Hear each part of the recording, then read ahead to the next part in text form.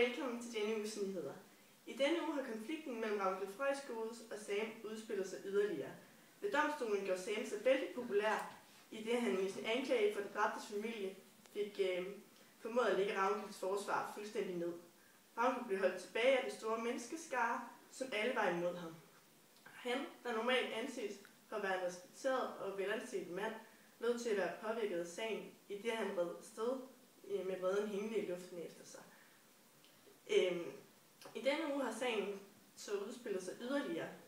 I går skulle Ravnkøbing gøres fredløs, for denne tilværelse skulle indvies.